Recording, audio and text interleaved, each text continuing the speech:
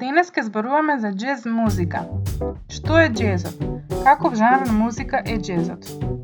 Има нешто посебно во тој ритам. Го чувствувам во моите стапала. Џез е тип на музика измислен во Соединетите Американски држави од страна на африканско-амерички музичари во Њу Орлеанс. Големо влијание на џезот доаѓа од блузот, кога музичари од африканско потекло мигрирале во градовите од руралните средини. Тоа биле луѓе кои во тоа време биле робови во Америка и работеле на плантажи во Јужна Америка. Нивните песни се карактеризирале со тага кои ги пееле за време на работата. Раниот џез често користел структура на марширање како ритам. Ајде малку марш.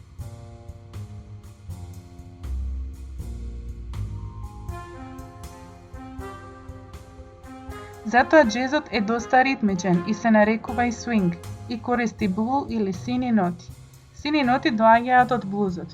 Сини ноти значи дека се изведуваат различно од стандардната интонација и потекнува од тој период кога имало робство во Америка и илустрира болка и пониска интонација. Низ годините се креирале различни типови на џез. Најчесто користени инструменти во џезот се саксофон, труба, тапани, контрабас и гитара. Гитара.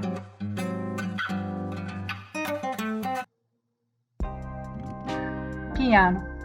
Во џезот, како и во класичната музика, пијаното е крал на инструментите. Пијаното се спојува прекрасно со контрабасот и со тапаните. Контрабас.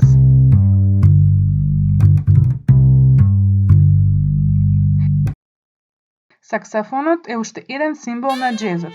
Нејзиниот вкус е разнолик, нежен, но и силен, во бенд или во соло изведба.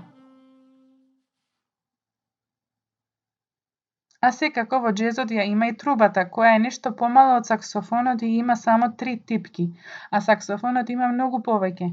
Трубата се држи во раце, а саксофонот има и помошен кајш. Импровизација. Голем дел во џезот е импровизација, што значи личноста која свири ја измислила во моментот. Интересна импровизација е и пеењето во различни измислени звуци. Типичен пример на ова пеење била Ела Фицгералд. Пробајте и вие да измислите своји звуци. Биг бенд џез. Во 1930-тите години се појавил свинг џез, кој познато се нарекува и биг бенд џез. Кога џез бенд свири песна, музиката може да изведуваат повеќе соло изведувачи, каде еден импровизира додека остатокот од бендот не свири освен оние од делот на ритам, како што се пијано, бас и тапани. Големите џез бендови биле популарни во 1940-тите години. Биг бенд обично се составени од 5 саксофон свирачи, 4 или 5 трубачи, 4 свирачи на тромбон, 1 на пијано или на гитара, тапанар, а некогаш и пејач.